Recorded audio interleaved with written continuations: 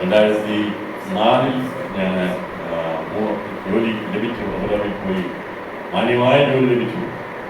Abu Dhabi national കോളേജിൽ ജോലി ലഭിച്ചു. പക്ഷേ ദൈവത്തിൻ്റെ ആലോചനയായിരുന്നു 2005 വരെ കിടന്നത്. പക്ഷേ എനിക്കത് ഇറങ്ങാൻ ഞാൻ പരിശ്രമിച്ചു, മാക്സിമം പരിശ്രമിച്ചു ഇറങ്ങാതിരിക്കാനായിരുന്നു. പക്ഷേ ദൈവം എന്നെ വളരെ സമയത്ത് ദൈവത്തെ ഇറങ്ങി. ഞാൻ വളരെ വിഷമത്തോടെ ഞാൻ മടങ്ങി വന്നു. കാരണം കൈപ്പൈസയില്ല, കടമാറുകൾ വളരെ ബുദ്ധിമുട്ടുണ്ട്. നമ്മുടെ കണക്കിന് 2 വർഷമെങ്കിലും ജോലി ചെയ്തിട്ട് കർത്താവെ ഞാൻ വേലയ്ക്ക് ഇറങ്ങാമോ, കർത്താവ് ഇറങ്ങിയ മതിയാവും. എൻ്റെ ബുദ്ധിയെ ദൈവം തൊട്ടു. എനിക്ക് ഓർമ്മയില്ലാതായിരുന്നു. ആ ഒരവസ്ഥ നമ്മൾ ഡിസൈൻ ചെയ്തിട്ട് ഇറങ്ങിപ്പോകുന്നതാണ്. പക്ഷേ വചനത്തിൻ്റെ വളരെ ദൈവം തുറന്നതിൻ്റെ ദൈവത്തിൻ്റെ വചനമെടുക്കുവാൻ ഞാൻ വിശ്വാസി വന്ന അന്ന് മുതൽ ഒരൊറ്റ പുസ്തകം വായിക്കുന്നു. മലയാളം പുസ്തകം. വേറൊരു ഭാഷ ഇംഗ്ലീഷ് പറയുന്നില്ല, ഹിന്ദി അറിയുന്നില്ല. റോഡ് വന്നാൽ ഇംഗ്ലീഷ് ഹിന്ദിയൊക്കെ വേറെ അറിയാൻ വേണ്ടതാണ്. ഞാൻ ഇന്നും ഹിന്ദി എന്താണെന്ന് എനിക്കൊരു കാര്യം ഇംഗ്ലീഷിൽ അത്ര കയറിയിട്ടുണ്ട്. ഞാൻ ഈ പുസ്തകം വായിക്കാൻ പറഞ്ഞു. സാധാരണ ബൈബിൾ സ്റ്റഡിയുടെ, അതായത് ബൈബിൾ സൊസൈറ്റി ഓഫ് ഇന്ത്യ അച്ചടിച്ചിറക്കിയ ഒരൊറ്റ പുസ്തകം അൻപുലവനയുടെ ഒരു പുസ്തകം മാത്രമാണ് ഞാനത് പഠിച്ചിരിക്കുന്നത്. ഇടയിൽ വന്നിയത് വായിക്കണം. അത് മാത്രം വായിച്ചു. ഭാഷ പഠിക്കാൻ ഞാൻ ബൈബിൾ വായിച്ചില്ല. ഞാൻ ഇതിൻ്റെ കാര്യങ്ങളെ മനസ്സിലാക്കാൻ വേണ്ടി കർത്താവിനെ പഠിപ്പിച്ചതാണ്. ദൈവമയാൽ അതിനുകൊണ്ട് എനിക്ക് ഇപ്പം നിങ്ങൾ പ്രൊഫസറിലേക്ക് അറിയത്തില്ല, പക്ഷേ നിങ്ങൾ കൊണ്ടെന്ന് എനിക്കറിയാം. കർത്താവ് വന്ന ആളുകൾക്കായി സ്തോത്രം ചെയ്തു. ദൈവം തന്ന ആളുകളായ ഉത്തരവാദിത്തങ്ങൾ ദൈവത്തിനാണ്. എന്തെങ്കിലും എൻ്റെ ഭാഗത്ത് പോരായ്മ ഉണ്ടെങ്കിൽ അത് പരിഹരിച്ച് കർത്താവിൻ്റെ മുമ്പോട്ട് കൊണ്ടുപോകട്ടെ. പ്രാർത്ഥന തുണയ്ക്കണമേ എന്ന് വിശ്വസിച്ച് ചെയ്തു. പ്രാർത്ഥിക്കാം. ഞങ്ങൾ ദൈവമേ പരിശുദ്ധ കർത്താവ് അനുഗ്രഹിക്കപ്പെട്ട നല്ല സമയത്തിനായി ദൈവമയ്ക്കായി നന്ദി. കർത്താവ് ഞങ്ങളുടെ നടത്തുന്നുണ്ടെന്നുള്ള വഴികൾക്കായി കർണാടകനായ കുടുംബത്തിനായ കുടുംബം അനുഗ്രഹത്തോടെ അവരെ കാണുവാൻ ഞങ്ങൾക്ക് സഹായിച്ചല്ലോ. അതുകൊണ്ട് എല്ലാ നന്മകൾക്കായ ഒരുപാട് പ്രതിസന്ധിയിലൂടെ കടന്നുപോയതാണ്. നന്ദി. അധികം കാത്തിരിക്കുന്ന സമൂഹത്തിന്റെ വാർത്തകൾ കേൾക്കുവാൻ ദൈവം സഹായിക്കണമേ. തുടർന്നുള്ള സമയങ്ങൾ അനുഗ്രഹമാക്കണമേ. പ്രയലൈൻ മിനിസ്ട്രിയെ ദൈവം അനുഗ്രഹിക്കണമേ. ഓരോ കോർഡിനേറ്റേഴ്സിനെയും ലീഡേഴ്സിനെയും പ്രാർത്ഥന സഹായിക്കുന്ന എല്ലാവർക്കായി സ്തോത്രം ചെയ്യുന്നു. കർത്താവേ, അന്നാണ് ഇതിനെ നടത്തിപ്പുകാർ ബച്ചോർമാവിന്റെ വിധം നൽകാറുള്ളത്. ഒരുമിച്ച് കൂടിയുവാൻ കാറ്റുകൊണ്ടേയും ഞങ്ങൾക്ക് തന്നതിനായി നന്ദി. ഒരുമിച്ചൊരു മനസ്സോടെ ആ കുടുംബത്തായിരിക്കുമ്പോൾ ദൈവത്തിന്റെ ഉപകാരങ്ങൾക്കായി സ്തോത്രം ചെയ്യും. ഞങ്ങളുടെ നിലവാരങ്ങളിൽ എനിക്ക് വേണ്ടി പ്രവർത്തിക്കുന്നു. ഇന്ന് ഈ പകൽ സമയത്ത് ദൈവത്തിന്റെ തികഞ്ഞ സാന്നിധ്യം ഇതിനകത്ത് നിലകൊള്ളുമാറാകണമേ. ഞങ്ങളുടെ ഹൃദയങ്ങളെ നിറയ്ക്കണമേ. ഞങ്ങളുടെ ഹൃദയങ്ങൾ ഐശ്വര്യമായി എന്റെ വചനം നിറയപ്പെടുവാൻ അത് സമൂഹമാക്കി മാസത്തിനായിരിക്കണമേ. എല്ലാ മകൾക്കും നീ കൽപ്പിക്കുന്നു. യേശു ക്രിസ്തുവിന്റെ നാമത്തിൽ പ്രാർത്ഥന കേൾക്കണമേ. നമ്മുടെ പ്രാർത്ഥനയുടേതായ സ്തോത്രം ചെയ്യാം. ദിവസങ്ങളാണ്, അനുഗ്രഹത്തിന്റെ ദിവസമാണ്. ദൈവീയത വിടുതലുകൾക്കായി സ്തോത്രം ചെയ്യാൻ കർത്താവിനെ സഹായിക്കട്ടെ. സ്തോത്രം. ഞാൻ അവിടെ ചിന്തിച്ച് വിഷയിക്കുന്ന ചില വിഷയങ്ങളിനോട് ഇവിടെ ചോദ്യം പറയാറുണ്ട്.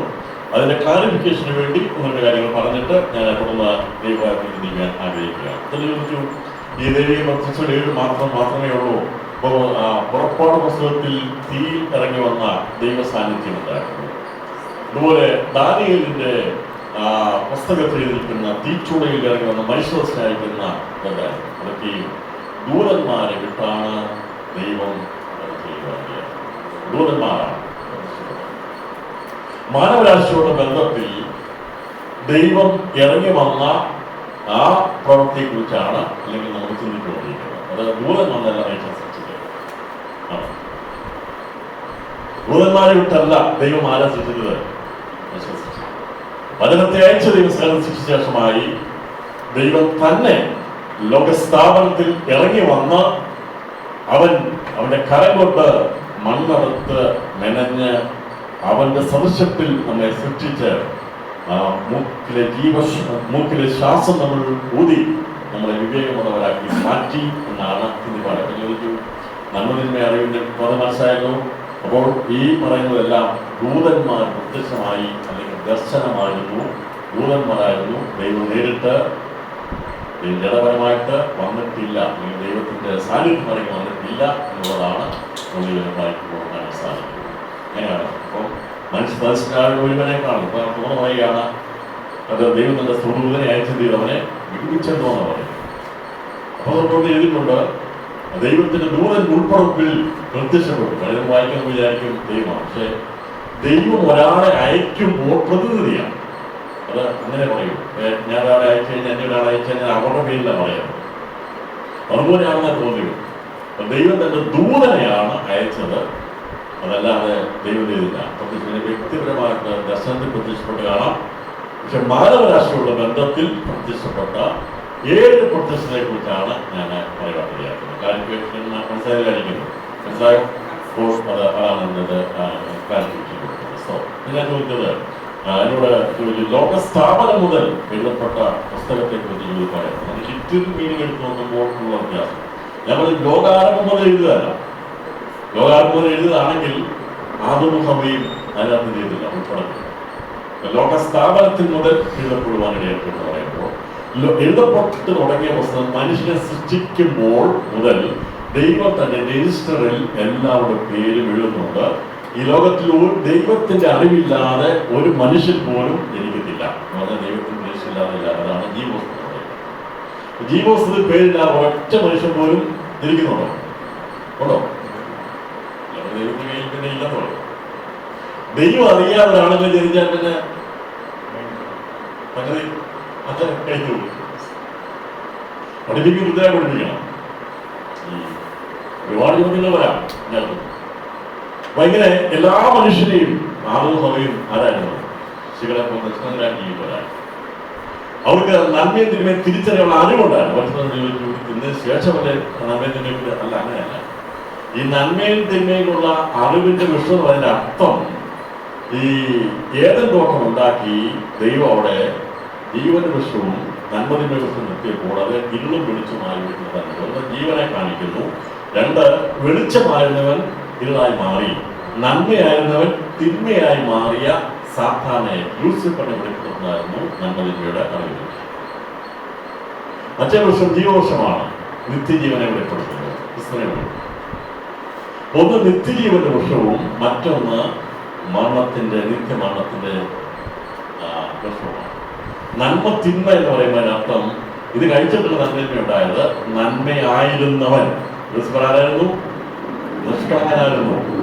പാപം ചെയ്യുന്നതുപോലെ നടപ്പിൽ നിഷ്കളങ്കനായിരുന്നു, നന്മയായിരുന്നു, ദൈവ തേജസ്സുകൊണ്ട് വിവേകമുള്ളവനായിരുന്നു, ജ്ഞാനസമ്പൂർണനായിരുന്നു.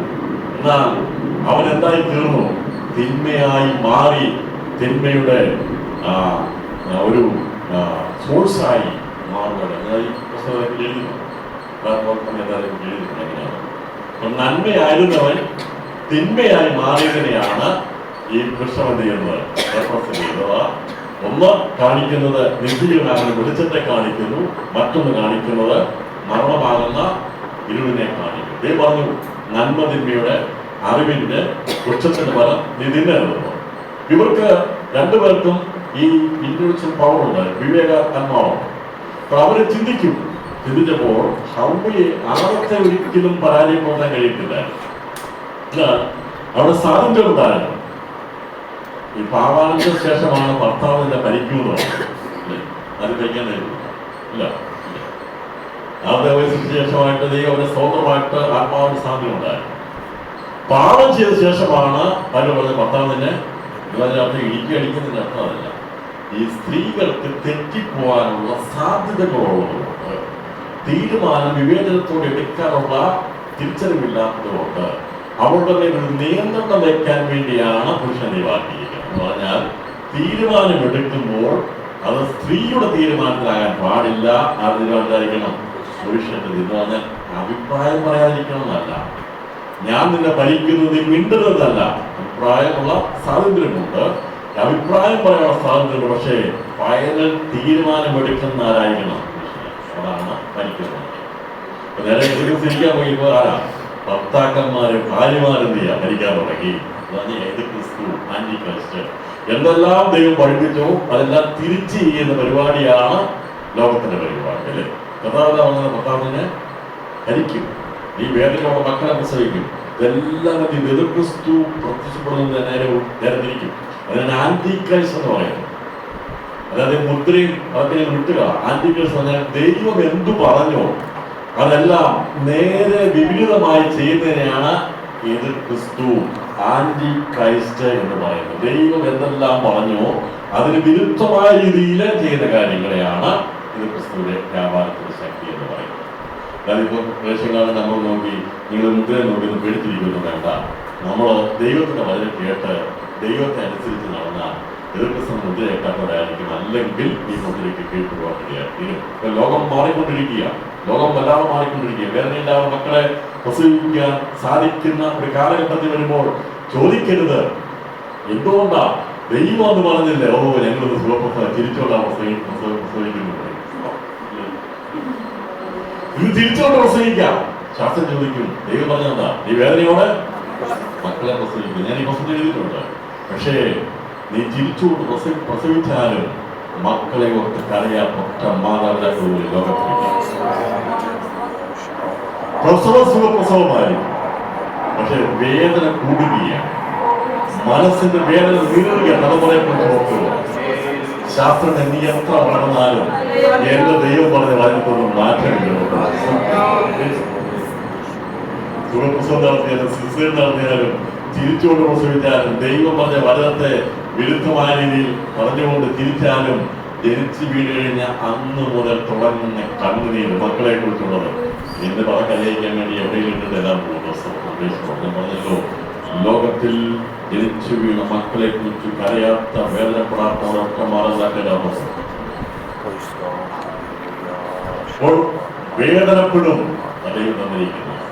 ശാസ്ത്രം ലോകം അതെല്ലാം ഈ രീതിയിൽ പോകുമ്പോൾ കർത്താവ് പറഞ്ഞ വചനങ്ങൾക്കൊന്നും മാറ്റം ഇല്ലാത്തതാകുന്നു. അപ്പോൾ ഇവിടെ ഈ ജീവിത പുസ്തകം എന്ന് പറയുമ്പോൾ ജീവിത പുസ്തകം എഴുതി തുടങ്ങി ലോകാവസാനത്തിൽ എഴുതി തുടങ്ങുകയും അത് എഴുതി പൂർത്തീകരിക്കുന്നത് ഒടുക്കത്തെ നാളുമാണ്. അപ്പോൾ ഈ പുസ്തകത്തിൽ ഇല്ലാതെ മനുഷ്യന്റെ കുലത്തിൽപ്പെട്ട ഒരുവൻ പോലും ലോകത്തിൽ ജനിക്കുന്നില്ല. എല്ലാ കുഞ്ഞുങ്ങളും ജനിക്കുമ്പോൾ ജീവപുസ്തകത്തിൽ പേരുള്ളവരാണ്. അതൊരു മാറ്റമില്ല, ഒരു വേർതിരിവില്ല. അതുകൊണ്ടാണ് നമ്മൾ ശിശുസ്ഥാനം നടത്താറ്. വേർതിരിക്കാൻ പറ്റത്തില്ല. നമ്മുടെ വീട്ടിൽ ഇരിക്കുന്ന കുഞ്ഞും അങ്ങനെ വീട്ടിൽ ഇരിക്കുന്ന കുഞ്ഞും എല്ലാം ആരാണ്? അറിയാം, ദൈവത്തിന്റെ കർത്താവ് പറഞ്ഞു ശിശുക്കൾ എന്റേതാണ്. അല്ലേ? നമുക്ക് വേർതിരിവില്ല. അത് ആരുടെ വീട്ടിൽ ഇരുന്നാൽ ശിശുക്കൾ ആരെയാണ്? പിന്നെ അവിടെ ശിശുക്ഷ വിട്ട് സമയത്ത് ഇപ്പം കോളേജിന്റെ കുടുംബത്തിലുള്ള മക്കളെല്ലാം പോയപ്പോൾ കുഞ്ഞുങ്ങളുണ്ടെങ്കിൽ ദൈവം ആത്മാവിനെ കൊണ്ടുപോയി വിടുന്നത് ദൈവം അത് നടക്കുന്നില്ല. ദൈവം ശിശുക്കളെ വിടത്തില്ല. അത് കുഞ്ഞുങ്ങളെ ഓർത്ത് ആരും ഭാരപ്പെട്ട ആവശ്യം. എന്നാൽ ബാല്യപ്രായത്തിന് ശേഷം തിരിച്ചറിവായ ശേഷം നാം അറിഞ്ഞുകൊണ്ട് ഇടയ്ക്കെയും അല്ലെങ്കിൽ തിരിച്ചറിയാത്തതിനെ കുറിച്ച് കർത്താവ് എന്ത് ചെയ്യുന്നില്ല, ശിക്ഷിക്കുന്നില്ല. നമ്മുടെ കർത്താവ് നീതിയുള്ള ദൈവമാണ്, മുഖപക്ഷമില്ലാത്ത ദൈവമാണ്. അവൻ ന്യായമായി ചെയ്യുന്ന കാര്യമുള്ള ദൈവമാണ്. സുവിശേഷം വരുന്നതിന് മുമ്പും രക്ഷയുണ്ടായിരുന്നു. സുവിശേഷം മാത്രമല്ല രക്ഷയുടെ മാർഗമായിരുന്നത്. ഇപ്പോൾ സർവ്വസാധാരണമായിരിക്കുന്ന രക്ഷയുടെ മാർഗത്തെയാണ് ദൈവം തന്നിരിക്കുന്നത്. അത് ദൈവം നമുക്ക് പുറത്തേക്കോട്ടിടയാക്കുന്നു. പഴയ നിയമത്തിൽ രക്ഷയുണ്ടായിരുന്നു. അപ്പോൾ ശിശുക്കൾ ആരും തന്നെ അതുപോലെ ജീവിക്കുന്ന ഊമരോ ബദിരോ അല്ലെങ്കിൽ തിരിച്ചറിയാൻ കഴിയാത്തവരായിട്ടുള്ള ഒരുപാട് പേര് കൂടിയുണ്ട്. അവരില് ദൈവത്തിന് അവരുടെ പ്രായം നോക്കിയല്ല ദൈവം അവരെ നിലനിർത്തുന്നത്. നമ്മുടെ ഹൃദയത്തിന്റെ മനസ്സാക്ഷി നോക്കിയാൽ ദൈവം അവരെ ന്യായം പിടിക്കുന്നതുകൊണ്ട് ജീവിതത്തിൽ പേരില്ലാത്ത ഒരൊറ്റ വ്യക്തിയെ പോലും ഇല്ല. അന്ന് ലോകസ്ഥാപനത്തിൽ ആവർത്തനേക്ക് വേണ്ടി പേരെഴുതി ലോകാരംഭത്തോടെ പേരെന്ത് ചെയ്തു, വായിച്ചു കഴിഞ്ഞു. അതിനുശേഷമായിട്ട് ഞാൻ ഈ പുസ്തകം വെളിപ്പാട് പുസ്തകം എടുക്കാൻ സാധിച്ചത് എന്ന് എഴുതപ്പെട്ട് തുടങ്ങി എന്ന് അവസാനിക്കുന്ന കാണിക്കാൻ വേണ്ടിയാണ്. ഇവിടെ എഴുതിയപ്പം ഇവിടെ വായിച്ചത് ലോകസ്ഥാപനം മുതൽ അറക്കപ്പെട്ട കുഞ്ഞാണിന്റെ ഈ പുസ്തകത്തിൽ പേരില്ലാത്ത എല്ലാവരും അവനെ നമസ്കരിക്കുന്നു പറയും. അപ്പൊ അതിന്റെ അർത്ഥം ഇപ്പൊ ഇപ്പോൾ ഈ കാലഘട്ടമാണ് എന്ന് പറഞ്ഞാൽ ഇവ എല്ലാവരും ദൈവത്തെ അംഗീകരിക്കുന്നതാണോ? അല്ല. അപ്പൊ ഞാൻ തിരിച്ചറിവുള്ളവനായി പാപം ചെയ്തപ്പോൾ എന്റെ പേര് ദൈവം ചെയ്തു അയച്ചു. പിന്നീട് വചനം കേട്ട് വെളിച്ചം എന്റെ ഉള്ളിൽ വന്നപ്പോഴാണ് ഞാൻ ദൈവത്തിന് സമ്മതിച്ചു, ദൈവമേ ഞാൻ പാപിയാണ്, എന്റെ പാപത്തിന് പരിഹാരം തരണമെന്ന് പറഞ്ഞപ്പോൾ ഞാൻ വീണ്ടും ജനിച്ചു. വീണ്ടും ജനിച്ചപ്പോൾ എന്ത് ചെയ്തു? കൊണ്ടത് പിന്നെ നമ്മുടെ പേര് അന്യ പുസ്തകം എഴുതാനിടയായിരുന്നു. അങ്ങനെയാണ് അതിനെ വീണ്ടും എന്ന് പറയുന്നത്. അത് കഥാ പറഞ്ഞല്ലോ, നീ വീണ്ടും ജനിക്കാതെ നിനക്ക് ചെയ്യാൻ പറ്റും, ദൈവരാജ്യത്തിൽ പ്രവേശിക്കാൻ കഴിയും. ഇപ്പൊ ജനിച്ചപ്പോൾ ഞാൻ ദൈവരാജ്യത്തിന്റെ മകനായി, ദൈവരാജ്യത്തിന്റെ ശിശുവായി. പാപം ചെയ്തപ്പോൾ ഞാൻ ആരായി? ദുഷ്ടലോകത്തിന്റെ പൈശാചിന്റെ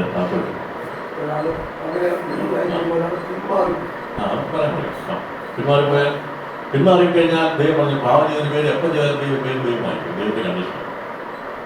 വിശ്വാസം വന്നിട്ട് മനഃപൂർവ്വം പാപം ചെയ്താൽ ക്ഷമയില്ലാതെ നിത്യരാക്കിയില്ല, ദൈവം എത്തിച്ചെഴുതി. എന്നാൽ അബദ്ധവശാലൊക്കെ പാപം ചെയ്ത് അങ്ങനെ പാപത്തിലൊക്കെ മണ്ണുണ്ട്, അല്ലാത്ത പാവമുണ്ട്. പാവത്തിലൊക്കെ മണ്ണത്തിലൊക്കെ പാവമുണ്ട്, മണ്ണത്തല്ലാത്ത പാവമുണ്ട്. അപ്പൊ മണ്ണത്തിലൊക്കെ പാവം ചെയ്തിട്ട് അറിഞ്ഞുകൊണ്ട് ഞാൻ പാവം ചെയ്തിട്ട് എത്ര നിലവിളിച്ചാലും അപ്പൊ മണ്ണത്തിലൊക്കെ പാവമുണ്ട്, മണ്ണത്തല്ലാത്ത പാവം. ചില സമ്പത്തുകൾ വരുമ്പോൾ നമ്മൾ ചെയ്യാത്ത പല കാര്യങ്ങളും ചെയ്തു. നമുക്ക് വിശ്വാസം പറഞ്ഞു സമ്മർദ്ദത്തിന്റെ പേരിൽ ചിലപ്പോൾ നമ്മൾ ചെയ്യാത്ത കാര്യങ്ങൾ ചെയ്തു. ആ സമ്മർദ്ദം ദൈവത്തെ അറിയാം, ആ സ്പർശേഷം ദൈവത്താണ്, അത് ദൈവം ക്ഷമിക്കും. ചെയ്യണമെന്നല്ല പറയുന്നത്. അത്രമാത്രം ഒറ്റപ്പെട്ട ആൾക്കാരൊക്കെ വിശ്വാസം കഴിഞ്ഞാൽ വളരെയധികം പ്രശ്നപ്പെടുമ്പോൾ എന്ത് ചെയ്യും? ചെയ്യേണ്ടാത്ത കാര്യം നമ്മൾ എന്ത് ചെയ്യും? അതിന് പറയാൻ തെറ്റാ. പക്ഷെ മണ്ണത്തിലൊക്കെ പാകാതെ ദൈവത്തിന് നമ്മുടെ ഹൃദയത്തെ അറിയാം, സാഹചര്യത്തിലെ ദൈവം ചെയ്യും. എന്നാൽ അറിഞ്ഞുകൊണ്ട് മനഃപൂർവ്വമായി പാപം ചെയ്താൽ ദൈവത്തില്ല, ക്ഷമിക്കുകയില്ല. അതുകൊണ്ട് രക്ഷിക്കപ്പെട്ട ശേഷമായി നാം എത്ര വിശുദ്ധീകരണം നയിക്കണം അറിയണം.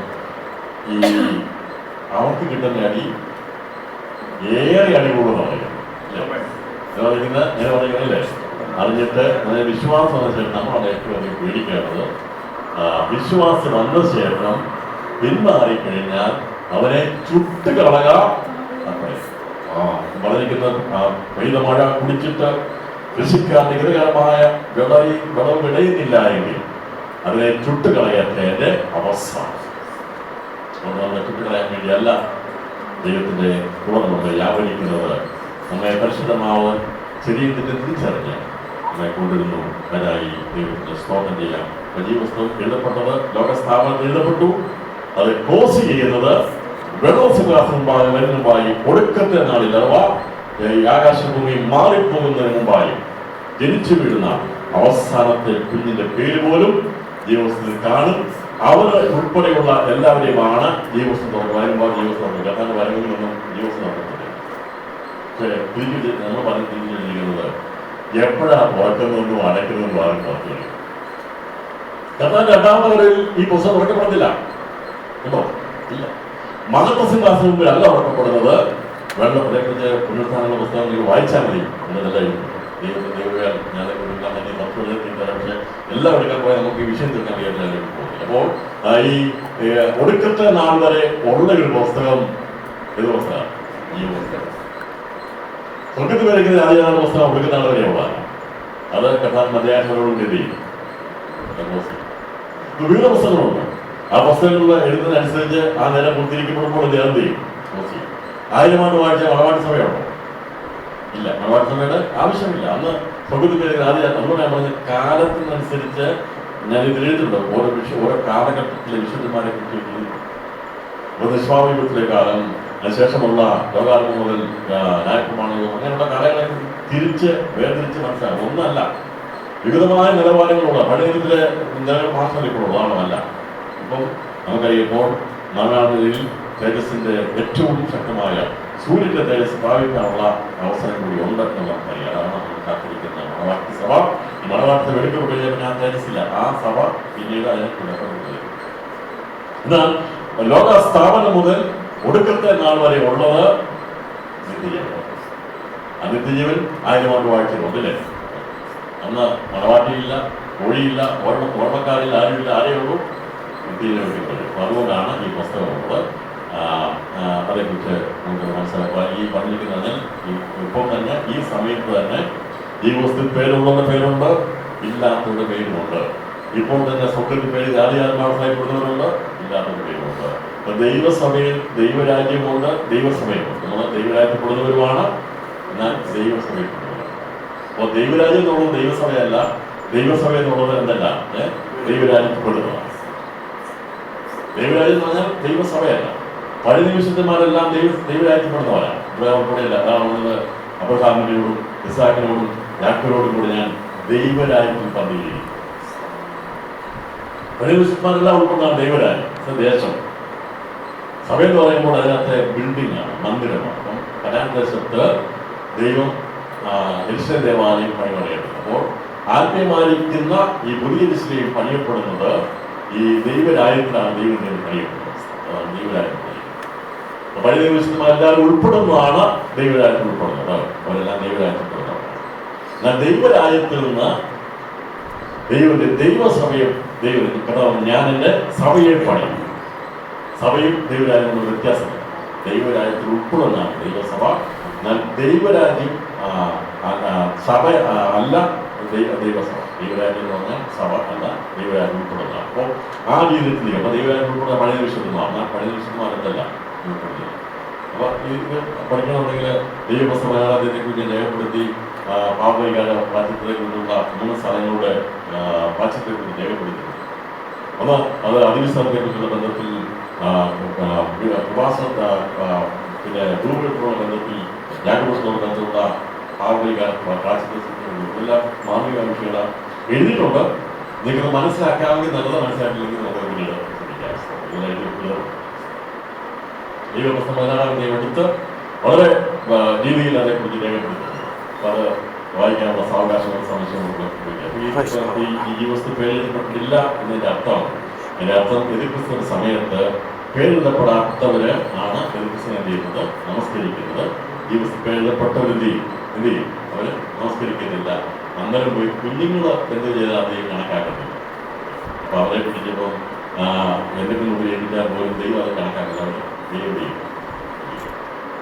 എന്നാൽ ദൈവരാജ്യത്തിൽ അന്ന് ഈ വസ്തു പേരില്ലാത്തവരെന്ത് ചെയ്യും, പിന്നെ എന്ത് ചെയ്യുന്ന പറഞ്ഞാൽ രക്ഷിക്കപ്പെടാത്തവര്, ദൈവരൂപയിലേക്ക് വരാത്തപ്പെടാതെ. ഇത് സംശയം വരാൻ എനിക്ക് മനസ്സിലാക്കാവുന്നത് സഭ എടുക്കുമ്പോൾ ഞങ്ങൾക്ക് സഭ ഇല്ല എന്ന ചിന്തകളുള്ള വിഷയം വന്നു അല്ലേ? അത് ചിന്തവരുമാണ്. ഇവിടെ ഒരു മണവാട്ടി സഭ എടുക്കപ്പെട്ട് കഴിഞ്ഞാൽ കർത്താവിന് 2ാമത്തെ വരവ് വരുന്നത് സുവിശേഷം ഉണ്ടായിരിക്കും. ഇവിടെ സഭയുടെ ശേഷിപ്പുണ്ടായിരിക്കും. അതുകൊണ്ടാണ് ഇത്രയും കാര്യമായിട്ട് പഠിപ്പിക്കുന്നത്. ഇപ്പം തന്നെ ഇവിടെ ഇരിക്കുന്നത് ഒരുപാട് വേദനയുണ്ട്. നമുക്ക് ആർക്കും അറിയത്തില്ല. പഴയ നിയമത്തിൽ പ്രകടമായി വിശുദ്ധതലം, അതിവിശുദ്ധം, പ്രാകാരം എന്നുള്ളത് അത് പ്രകടമായി വേർതിരിച്ചിരുന്നു. അവിടേക്ക് അതിവിശുദ്ധത്തേക്ക് ആർക്കും കയറാൻ കഴിയത്തില്ല. ആണ്ടുകളിലേക്ക് മഹാബലിനെ പ്രവേശിക്കുന്നുണ്ടായിരുന്നു. അത് പ്രകടമായിട്ടുള്ള വേർതിരിവുണ്ടായിരുന്നു. വിശുദ്ധത്താർക്ക് വരാമായിരുന്നു, പുരോഹിതന്മാർക്കും വരാമായിരുന്നു, പ്രാകാരത്തിൽ സാധാരണക്കാർക്ക് വരാൻ. എന്നാൽ ഇവിടെ ഇപ്പോൾ ഈ വേർതിരിവുണ്ട്. പക്ഷെ നമുക്ക് കാണാൻ കഴിയുന്നില്ല. പ്രകടമായി തുടങ്ങുന്നത് എപ്പോഴാണെന്നറിയാമോ? കർത്താവിന്റെ മധ്യാകാശത്തിന് ശേഷം. കൃപയാൽ നമ്മളെല്ലാവരും പോയാൽ ഇവിടെ ശേഷിക്കണ്ട. മരിക്കുമ്പോൾ അങ്ങനെ എല്ലാവരും മരിക്കുന്നത്. പല നിലകളിലാണ് മരിക്കുന്നത്. ഓരോരുത്തരും താഴ്ന്ന നിലയിലാണ് മരിക്കുന്നത്. എല്ലാവരും മണവാട്ടിയായിട്ടല്ല മരിക്കുന്നത്. ആരാണ് ദൈവം ആഗ്രഹിക്കുന്നത്. അപ്പൊ അതുകൊണ്ട് ഇപ്പൊ അത് കാണാൻ പറ്റത്തില്ലാത്തതുകൊണ്ടാണ് കർത്താവ് വരാൻ സമയം പോലെ അത് പഠിപ്പിക്കുന്നത്. അതുകൊണ്ട് ഞാൻ ഒരിക്കൽ കൂടി പറയാം, ഏതെങ്കിലും കാരണവശാൽ അത് നിങ്ങൾ ലൈസൻസ് ആയിട്ട് എടുക്കേണ്ടത് ഇദ്ദേഹം പഠിപ്പിക്കുന്ന ദുരുപദേശമാണ്. അത് എന്നെ കുറിച്ച് അങ്ങനെ പറയുന്നുള്ളൂ. ഇത് ഒരു ദൈവമേ, ഞാൻ അങ്ങനെ പഠിപ്പിക്കുന്നതല്ല കേട്ടോ. എല്ലാവരും പോകണമെന്നുള്ള ആഗ്രഹത്തോടെ പഠിപ്പിക്കുന്നത്. പക്ഷേ കർത്താവ് വന്നു കഴിഞ്ഞാൽ അത് നഷ്ടപ്പെട്ടു പോയാൽ, നഷ്ടപ്പെടുകയല്ല, അങ്ങനെ യോഗ്യത കിട്ടിയില്ലെങ്കിൽ, റിജക്റ്റ് ആയെന്ന് വെച്ചാൽ അതിൻ്റെ ജാഗ്രത ആഗ്രഹം ചെയ്യുന്നത് നരകത്തിൽ. അതിന്റെ അർത്ഥം ഓട്ടക്കളത്തിൽ ഓടുന്ന അനേകർ എല്ലാവരും സമൂഹം വെച്ച് പറ്റുന്നില്ല. വെള്ളിമണ്ണ് കിട്ടുന്ന വെടിവെച്ച് വരും. അത് ചെയ്യുന്ന കിരാതന്മാരല്ല. പദവിയായില്ല. ഞാൻ ഓടി 30 മേനി, 60 മേനി, 100 മേനി, 3 തരത്തിലുള്ളതാണ്. ദൈവത്തിനെ തള്ളിക്കളയുന്നില്ല. പക്ഷെ അത് എനിക്കതിനെ ഉണ്ടെങ്കിൽ ഞാൻ അതേ ഉള്ളൂ അംഗീകരിക്കുക. എടുക്കപ്പെടാൻ കഴിഞ്ഞില്ല പറഞ്ഞാൽ അവരെല്ലാം പോയി യോഗ്യത എനിക്കതിന് സാധിക്കില്ല. എനിക്ക് ജീവിക്കണമെന്നുള്ള രീതിയിൽ കർത്താവിനെ വിജയിപ്പിക്കുക, രക്തസാക്ഷി എടുത്തിരിക്കേണ്ടി വരും. ഇങ്ങനെ നിരവധി ഇത് പഠിപ്പിക്കുന്നത്, ഇത് ഓർപ്പിക്കുന്നത് ആരെങ്കിലും കേട്ട് അത് മനസ്സിലാൻ വേണ്ടിയാ. എല്ലാവരും പോയാൽ നല്ലതാണ്. ഏതെങ്കിലും കാരണവശാൽ പോയില്ലെങ്കിൽ നിങ്ങൾ എല്ലാവരും പോയി, ഞാൻ പോയില്ല എന്നിരിക്കട്ടെ. ഞാൻ അതുകൊണ്ട് ഞാൻ ആത്മഹത്യയൊന്നും പോകത്തില്ല. ഞാൻ എന്ത് ചെയ്യും? എനിക്ക് മനസ്സിലായി ഞാൻ യോഗ്യതയില്ല. ഒരുപക്ഷെ പഠിപ്പിക്കുമായിരിക്കും, ഞാൻ ശുശ്രൂഷിക്കുമായിരിക്കും, എല്ലാം ചെയ്യുമായിരിക്കും. പക്ഷേ ദൈവത്തിന്റെ ആ തികവിൽ ഞാൻ എത്തിയില്ലെങ്കിൽ ഞാൻ കർത്താവിനെ എടുക്കപ്പെടത്തില്ല. ഞാൻ മരിക്കുകയാണെങ്കിൽ ആ തികവിൽ അല്ലെങ്കിൽ ഞാൻ ആ നിലയിലേക്ക് പോവുകയുള്ളൂ. ഞാൻ ഇവിടെ കിടന്ന് എന്തെല്ലാം പയറ്റി സ്ഥാനം പിടിച്ചാൽ ഇവിടെ പിടിച്ചെടുക്കാൻ പറ്റുള്ളൂ. എനിക്ക് വേണമെങ്കിൽ ഡയറക്ടറോ ചെയർമാനോ ഒക്കെ ആയിട്ടാൽ ഇവിടെ കൊണ്ട് സാധിക്കും. പക്ഷെ ദൈവത്തിന് തന്നെ ഒന്നും പിടിച്ചു പിടിക്കാൻ പറ്റത്തില്ല. ഉണ്ടെങ്കിൽ മാത്രമേ മാറ്റുകയുള്ളൂ. ഇവിടെ നമുക്ക് സ്ഥാനമാനങ്ങൾ പിടിച്ചു പറിക്കാം, ആകാം, നിയമമാണെന്ന് പറയാം, ഡയറക്ടറോ ആകാം, എന്തുമാകാം. പക്ഷേ ദൈവം മാറ്റണം, അല്ലെങ്കിൽ ഒന്നുമല്ല. അതുകൊണ്ട് നിങ്ങൾ എല്ലാവരും പോയി ഞാൻ പോയില്ലെങ്കിൽ ഞാനതിനെ അംഗീകരിക്കും, എനിക്കത് അംഗീകരിക്കും. അങ്ങനെയാകുമ്പോൾ കർത്താവിന് വേണ്ടി ഒരുപാട് പേര് രക്തസാക്ഷികൾ തയ്യാറാണ്. ഇവിടെ രക്തപ്പുഴ ഒഴുകും. വിശുദ്ധന്റെ രക്തം കുടിച്ച് ഭൂമി മക്കളാക്കി ഇതൊന്നും നല്ല കഷ്ടത കൊണ്ടോ ഈറ്റോ പോലും ആയിട്ടില്ല, ഈറ്റോ ഒരു ആരംഭം പോലും ആയിട്ടില്ല. ഈറ്റോ ഒരു കാലം പവിത്രമായിട്ട് പ്രസവത്തിന്റെ പേരിൽ കൊണ്ടുണ്ടാകുന്ന അവസ്ഥ ബൈബിൾ വായിക്കാൻ വേണ്ടിയുള്ള ആഗ്രഹം പറയുകയാണ്. ഈറ്റോ ഒരു ആരംഭം ആയിട്ടില്ല, ഈറ്റോ ഒരു കാലമുണ്ട്, പ്രസവത്തിന്റെ കാലമുണ്ട്, കണ്ടാവരാനുള്ള സമയം. ഇതൊക്കെ മനസ്സിലാക്കാൻ പറ്റി. അപ്പോൾ ഇവിടെ ഞാൻ പറഞ്ഞു വന്ന ഇത്രയും കാര്യങ്ങൾ മനസ്സിലായപ്പോൾ ഞാൻ സംശയമില്ലാതെ വിചാരിക്കുന്നു. ഇപ്പോൾ ഈ പുസ്തകത്തിൽ പേരുണ്ടെങ്കിൽ നമ്മുടെ സ്റ്റാർട്ടിംഗ് സ്റ്റേജാണ്. നമ്മൾ എന്ത് ചെയ്തു? നേഴ്സറി ചേർന്നു. നേഴ്സറി ചേർന്ന് ഞങ്ങൾക്ക് യൂണിവേഴ്സിറ്റി സർട്ടിഫിക്കറ്റ് കിട്ടുമോ? നമ്മൾ എന്ത് ചെയ്യണം? നമ്മൾ ദൈവത്തിലൂടെ നമ്മൾ എന്ത് ചെയ്താൽ ദൈവത്തെ അക്ഷയമായി സ്നേഹിച്ചാണ്. അതിനെല്ലാം വായിച്ച് തല കയറ്റി വെക്കുന്നതല്ല, അതല്ല. അപ്പൊ കാണാൻ പറയും അതിന് ചുറ്റിയോടൊന്നും ശ്രദ്ധാമാനം കിടന്നില്ല. ദൈവത്തെ സ്നേഹിക്കുക, ദൈവം പറഞ്ഞ കാര്യങ്ങൾ എന്ത് ചെയ്യുക? അതാണ് സ്നേഹം വർദ്ധിക്കുക. സ്നേഹം നിലനിൽക്കുന്ന സ്നേഹമേ ആത്മാവിന്റെ ഫലമായ സ്നേഹം. ക്രിസ്തുവിനോട് നമ്മൾ സ്നേഹം വർദ്ധിക്കണം. അതിനകത്ത് ആര് പണിങ്ങിയാലും കൊടുക്കുക. യേശുവിനോടുള്ള സ്നേഹം വർദ്ധിക്കുമ്പോൾ, ഞാൻ സാർത്ഥത വെടിഞ്ഞ് ക്രിസ്തുവിന്റെ സ്നേഹത്തിലേക്ക് വർദ്ധിക്കുമ്പോൾ ആര് പണിങ്ങിയാലും പ്രശ്നമാക്കേണ്ട ആവശ്യം. എനിക്ക് എന്റെ യേശുവിനെ സ്നേഹിക്കണമെന്ന ഒരു തീരുമാനം കർത്താവേ എനിക്ക് സ്നേഹിക്കാൻ കഴിഞ്ഞിട്ടില്ല എന്നുള്ളത് ഞാൻ എപ്പോഴും പറഞ്ഞു. കർത്താവേ അങ്ങ് ചെയ്ത നന്ദിയോടെ ഞാൻ അങ്ങനെ സ്നേഹിക്കാൻ കഴിഞ്ഞിട്ടില്ല. നമ്മൾ സ്നേഹിച്ചിട്ടുണ്ടോ? നമുക്ക് ആ സ്നേഹം വർദ്ധിക്കാം. ദൈവം നോക്കിയാണ് ദൈവം നമ്മളെ അവളോട് ചേർക്കുന്ന ആ വളർത്തയെ മാറ്റം. അതൊക്കെ തരത്തിലുള്ള അവസ്ഥയായി. ഇപ്പോൾ ലോക ആരംഭം തുടങ്ങി. ലോക ആരംഭത്തിൽ തുടങ്ങിയിട്ട് ആ ലോകം എന്ത് ചെയ്തു? പാപത്തിൽ പെരുകി.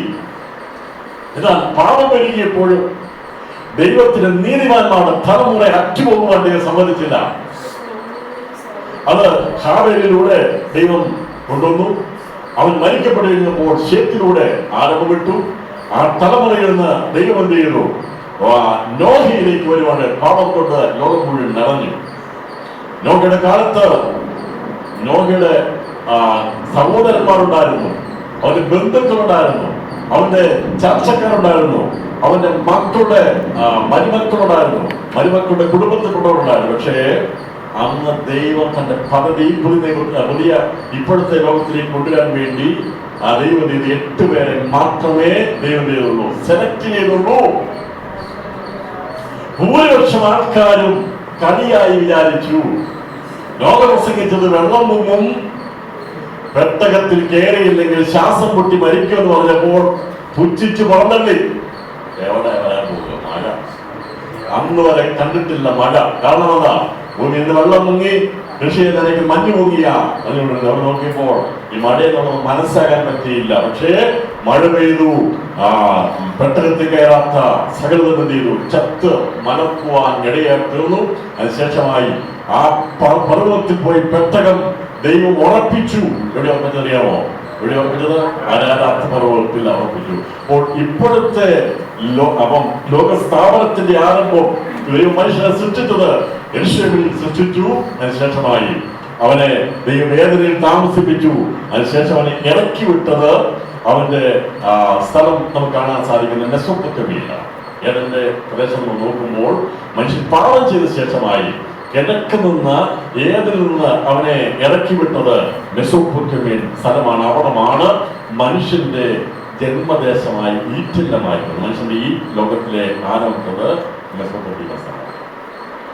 അവിടെ നിന്നാണ് അബ്രഹാമിനെ ദൈവം വേർതിരിച്ച് കൊണ്ടുവന്ന് അവിടെ കൊണ്ടുവരുന്നത്. കനാൻ ദേശത്തെ കൊണ്ട് ദൈവം ആ ദേശത്തെ എങ്ങനെ കണ്ടുപിടിക്കുന്നത്? ആ ഏതെങ്കിലുമൊക്കെ ഒഴുകിയിരുന്ന കിഴക്കേൽ നദികൾ, അതിന്റെ സമുദ്ര ആ നദികൾ ഒഴുകിയിരുന്ന ഡെൽറ്റ പ്രദേശമാണ് ഈ പറയുന്ന മെസൊപ്പൊട്ടേമിയയുടെ അർത്ഥം രണ്ട് നദികളുടെ ഇടയിലുള്ള സ്ഥലമെന്നാണ് മെസൊപ്പൊട്ടേമിയ അർത്ഥം. മെസൊപ്പൊട്ടേമിയ എന്ന് പറഞ്ഞാൽ യൂഫ്രട്ടീസ് ടൈഗ്രിസ് നദിയുടെ കരയുടെ ആ രണ്ട് നദികളുടെ ഇടയിലുള്ള ഫലപുഷ്ടമായിരിക്കുന്ന സ്ഥലമാണ് മെസൊപ്പൊട്ടേമിയ. അതിന്റെ തെക്കൻ പ്രദേശം സിനാർ ദേശവും അതിന്റെ വടക്കൻ പ്രദേശം അശൂർ ദേശവുമാണ്. സിനാർ ദേശം, അശൂർ ദേശം. സിനാർ ദേശത്തേക്ക് പോയാണ് ഇവരെന്ത് ചെയ്തത്? അവിടുന്ന് ഏറ്റവും ഭാഷ കലങ്ങിപ്പോയപ്പോൾ ഈ നോഹ ഉൾപ്പെടെയുള്ള തലമുറ അവിടേക്ക് മാറിപ്പോയി താമസിപ്പോയ അവിടെയാണ് നമുക്ക് കാണാൻ സാധിക്കുന്നത്. അവിടമാണ് മനുഷ്യന്റെ ആദത്തെയും ഹവ്വയും ഇറക്കി വിട്ടപ്പോൾ അവിടെ ഈ ജീവിതത്തിന്റെ ആരംഭം വിട്ടത് മനുഷ്യന്റെ ഉത്ഭവം ആരംഭിക്കാൻ തുടങ്ങി എന്ന് പറഞ്ഞാൽ ജനസംഖ്യ വർദ്ധിച്ചിരിക്കുന്നത് മെസൊപ്പൊട്ടേമിയയിലാണ്. അവിടുന്ന് ലോകം മുഴുവനും അവിടുന്ന് അതിന്റെ കിഴക്ക് ഭാഗത്താണ് നോദ് ദേശം. അവിടെയാണ് പാപം ചെയ്ത കൈ നിന്നത് ഓടിപ്പോയി നോദ് ദേശത്തേക്ക്. നോദിന് പടിഞ്ഞാറുള്ള ഭാഗമാണിത്. ഏതൻ തോട്ടത്തിൽ നിന്ന് പടിഞ്ഞാറ് ഭാഗത്ത് കിഴക്ക് ഭാഗത്ത് നോദും പടിഞ്ഞാറ് ഭാഗത്ത് മെസൊപ്പൊട്ടേമിയ. അവിടെയാണ് പ്രധാനമായ സ്ഥലം. വെള്ളം പൊങ്ങിക്കഴിഞ്ഞപ്പോൾ എല്ലാം നശിക്കുവാനിടയായിട്ട് ഞാൻ വിചാരിക്കുന്നത് നോഹയുടെ പെട്ടകം പൊങ്ങി ഉയർന്നത് മെസൊപ്പൊട്ടേമിയയിലെ സിനാർ ദേശത്ത്. അവിടുന്ന് ആ പെട്ടകം എന്ത് ചെയ്തു? വെള്ളം പൊങ്ങിയപ്പോൾ ബാക്കിയുടെ എല്ലാം നശിച്ചപ്പോൾ ഈ പെട്ടകം പൊങ്ങി ഉയരുവാൻ ഇടയായിട്ട്. എത്ര കിലോമീറ്റർ ഉയർന്നു അറിയാമോ? എത്ര കിലോമീറ്റർ ഉയർന്നു? എത്ര കിലോമീറ്റർ ഉയർന്നത് വെള്ളം? ഏകദേശം 10 കിലോമീറ്റർ ഉയരത്തിൽ വെള്ളം പൊങ്ങി. 10 കിലോമീറ്റർ ചിന്തിക്കാൻ പറ്റുമോ? ഈ ലോകത്തോടെ ഏറ്റവും വലിയ തിരമാല സുനാമി അടിച്ചപ്പോൾ അലാസ്കയിലുണ്ടായി. ഏകദേശം 535 മീറ്റർ ഉയരത്തിലാണ് അന്ന് തിരമാല പൊങ്ങിയത്. പക്ഷേ അതിന്റെ 20 മടങ്ങ് ഉയരത്തിലാണ് വെള്ളം പൊങ്ങിയത് എന്നാ എന്ന് പറഞ്ഞാൽ അന്ന് ഉണ്ടായിരുന്ന പർവ്വതത്തിൽ നിന്ന് 15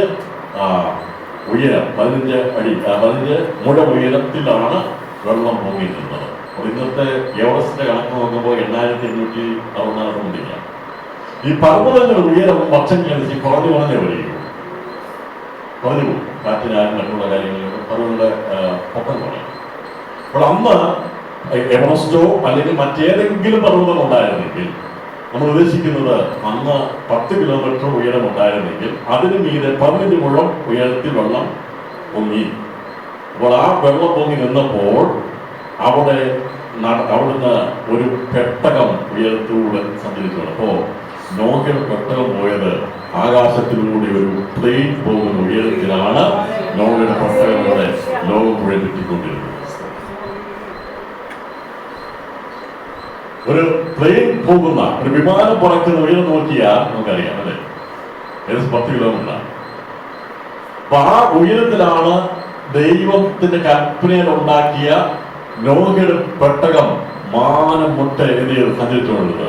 ദൈവം ഇരുളായിരിക്കുന്ന പിശാചിനെ ഒതുക്കിയ ശേഷമായി ദൈവത്തിന്റെ ആത്മാവാണ് വെള്ളത്തിന്റെ മീതെ പരിവർത്തിച്ചെങ്കിൽ പുരാതന ലോകത്തിന്റെ അവസാനത്തെങ്കിൽ കൃപ പ്രാപിച്ച നോഹയുടെ പെട്ടകമാണ് ആ വെള്ളത്തിന്റെ മീതെ അത് സഞ്ചരിച്ചുകൊണ്ടിരുന്നത്.